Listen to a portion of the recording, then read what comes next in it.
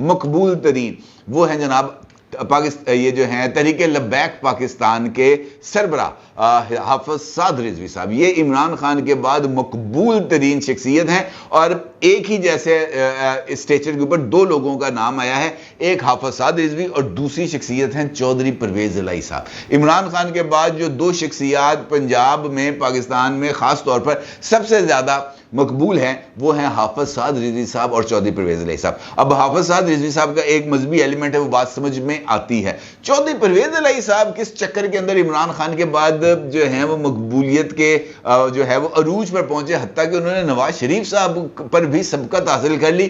تو اس کی ایک ہی لاجک سمجھ میں آ رہی ہے اور وہ ان کا حالیہ سٹانس ہے اور حالیہ جو ان کی گرفتاریاں ہونی ہیں. تو اس چکر کے اندر پنجاب کے عوام نے ان کو بھی کوئی سلطان رئی ٹائپ کریکٹر سمجھنا شروع کر دیا ہے اور ان کا یہ ماننا ہے کہ جناب چودھری پرویز الہی صاحب بھی اب سٹیٹس کو چیلنج کرنے کی پوزیشن میں آ گئے.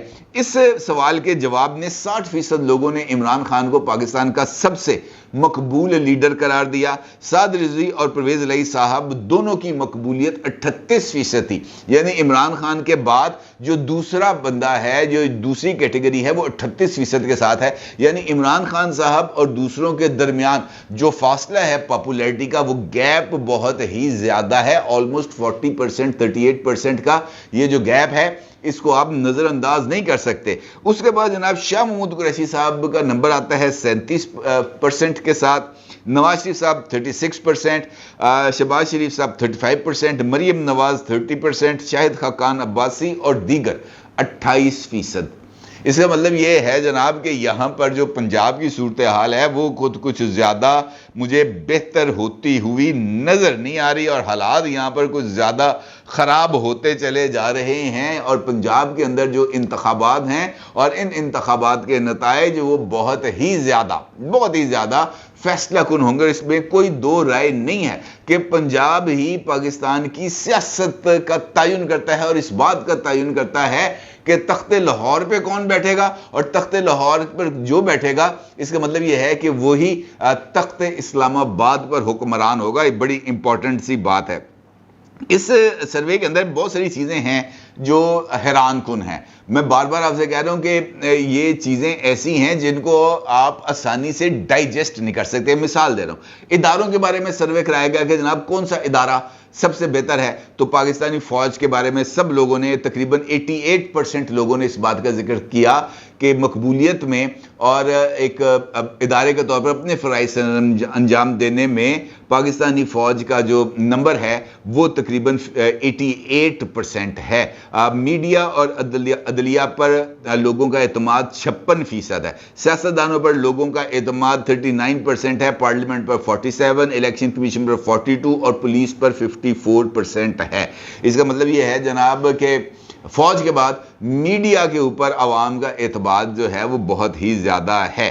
اب میں آپ کو بتاؤں کہ اس وقت سچویشن ہے معیشت کی. معیشت جو ہے وہ سنبھالنے میں نہیں آ رہی اور معیشت کو سنبھالنے کے لیے بھی بہت زیادہ تگ و دو کر رہی ہے. اور اس بات کا ذکر بارہا کیا جا چکا ہے کہ معیشت کو سب سے زیادہ نقصان عمران خان صاحب اور ان کی پالیسیز نے پہنچایا.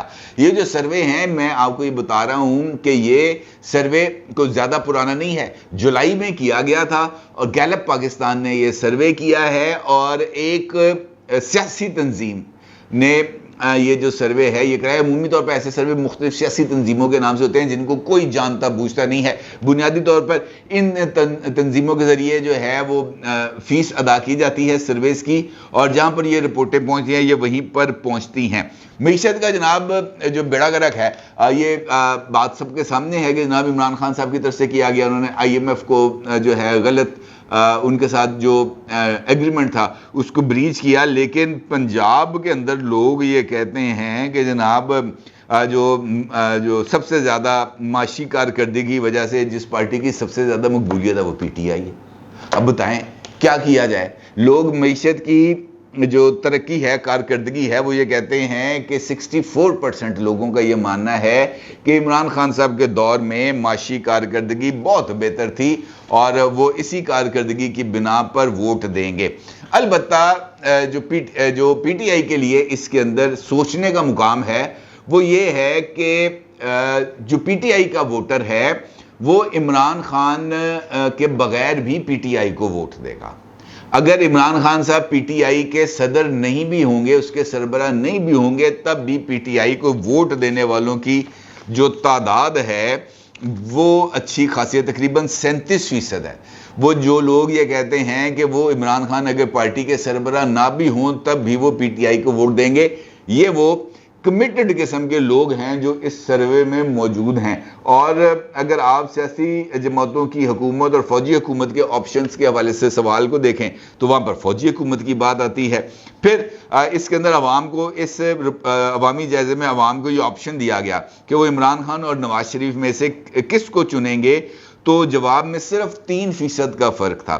46% کا کہنا تھا کہ وہ عمران خان کو ووٹ دیں گے, عمران خان کو چنیں گے بطور ہیڈ آف دی گورنمنٹ, اور 43% کا یہ کہنا تھا کہ وہ نواز شریف کو چنیں گے. اس کا مطلب یہ ہے کہ یہ وہ نقطہ ہے جہاں پر آ کر ابھی بھی گھمسان کا رن پڑے گا, اور اسٹیبلشمنٹ کے لیے یہ جو باتیں ہیں یہ بہت ہی زیادہ سوچنے کا مقام ہے. اور شاید یہی وجہ ہے کہ یہ جو عوامی نتائج ہیں اس کو یہ کہا جا سکتا ہے کہ یہ آئی اوپنر ہیں. دیکھیں سیاست کے اندر نا جو بنیادی, میں نے کئی مرتبہ یہ بات کہہ چکا ہوں کہ آپٹکس بہت زیادہ معنی رکھتے ہیں, اور اس کے ساتھ ساتھ اگر آپ یہ اس کے اندر مظلومیت کا فیکٹر بھی شامل ہو جائے نا تب اور زیادہ سونے پہ سہاگا ہو جاتا ہے کسی بھی سیاستدان کے لیے. نواز شریف صاحب جیل میں تھے, ان کی اہلیہ محترمہ کلثوم نواز کا انتقال ہو گیا, وہ یہاں پر موجود تھے, اور اس سے پہلے یہ خبر بھی آئی تھی کہ ان کو اپنی اہلیہ کے ساتھ فون پر بات بھی نہیں کرنے دی. اس موقع پر جو نواز شریف صاحب کی مقبولیت کا گراف تھا وہ عمران خان سے بہت اوپر تھا, کیونکہ اس وقت جو مظلومیت کا ایلیمنٹ تھا وہ نواز شریف صاحب کے ساتھ تھا. نواز شریف صاحب کی پارٹی اور دیگر جماعتوں نے یہ جو الیکشنز نہ کروا کر عمران خان صاحب کی حکومت کو گھر بھیجنے کے بعد جو ایک باجوہ صاحب کی گیم میں آ کر جو انہوں نے کارروائیاں ڈالیں, اس چکر میں مجھے ایسے لگ رہا ہے کہ یہ سچویشن اب ہاتھ سے نکل گئی ہے. کیونکہ دیکھیں اگر الیکشنز کراتے ہیں تو عمران خان تو موجود ہے, 37% لوگ کہتے ہیں کہ اگر عمران خان پارٹی میں نہیں بھی ہوگا, پارٹی کا سربراہ نہیں بھی ہوگا, تب بھی ہم ووٹ دیں گے. تو اس کا مطلب یہ ہے کہ عمران خان ایک ایسی پولیٹیکل حقیقت بن چکا ہے جس کو آپ کسی بھی صورت نظر انداز نہیں کر سکتے. اور پولیٹیکل حقیقت کو نظر انداز نہ کرنے کا مطلب یہ ہے کہ آپ کو سونر اور لیٹر, جلد یا بدیر, آپ کو اس پولیٹیکل حقیقت کے ساتھ رابطہ کرنا پڑے گا, اس کو لوپ میں لینا پڑے گا, اس کو اکاموڈیٹ کرنا پڑے گا. اور جب تک آپ اس کو اکاموڈیٹ نہیں کریں گے یا جب تک آپ اس کے ساتھ بارگیننگ لیول پر نہیں آئیں گے, یہ سچویشن کنٹرول میں نہیں ہوگی. ہاں یہ ضرور ہو سکتا ہے کہ آپ اس جو شخص ہے یا وہ فریق جس کے ساتھ آپ بارگین نہیں کرنا چاہتے, آپ اس کو قانونی آئینی طریقوں کے ذریعے ڈیل کریں اور اس کو ایلیمینیٹ کر دیں. سیاست کے اندر یہی ایک طریقہ کار رہتا ہے اور اسی طریقہ کار پر عمل درآمد ہونا چاہیے. مجھے ایسے لگ رہا ہے کہ عمران خان اگر جیل میں بھی ہوں گے, اگر وہ سزا بھی پا چکے ہوں گے سائفر کے اندر بھی, توشہ خانہ کے اندر بھی,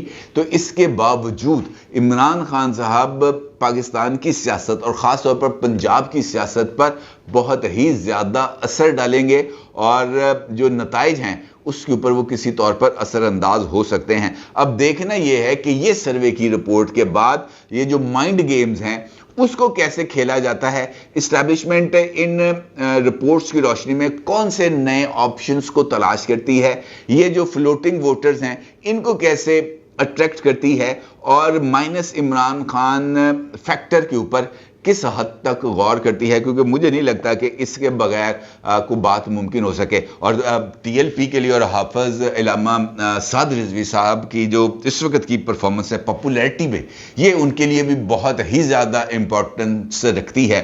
لیکن سوال یہ ہے کہ حافظ سعد رضوی صاحب اس پاپولیرٹی کو کس طریقے سے کیپٹلائز کریں گے, وہ ایسا کون سا چارٹر لے کے آئیں گے, وہ ایسا کون سا مینیفیسٹو لے کے آئیں گے, وہ ایسا کون سا پلان لے کے آئیں گے جس کے ذریعے وہ اس پاپولیرٹی کو ان کیش کریں گے پولنگ بوتھ کے اندر ووٹس کے ذریعے اور سیٹس کے ذریعے پنجاب اسمبلی اور نیشنل اسمبلی میں. یہ ایک ان کے لیے بھی امپورٹنٹ ٹاسک ہے. اس کے اندر کوئی دو رائے نہیں ہے کہ اس وقت سعد رضوی صاحب بھی ایک پولیٹیکل ریئلٹی بن چکے ہیں, لیکن اس پولیٹیکل ریئلٹی کے ساتھ اب ڈیل کیسے کرنا ہے یہ بھی ایک امپورٹنٹ ٹاسک ہے. اپنے رائے کو ضرور اظہار کیجیے گا. آپ کو بہت شکریہ. اللہ حافظ.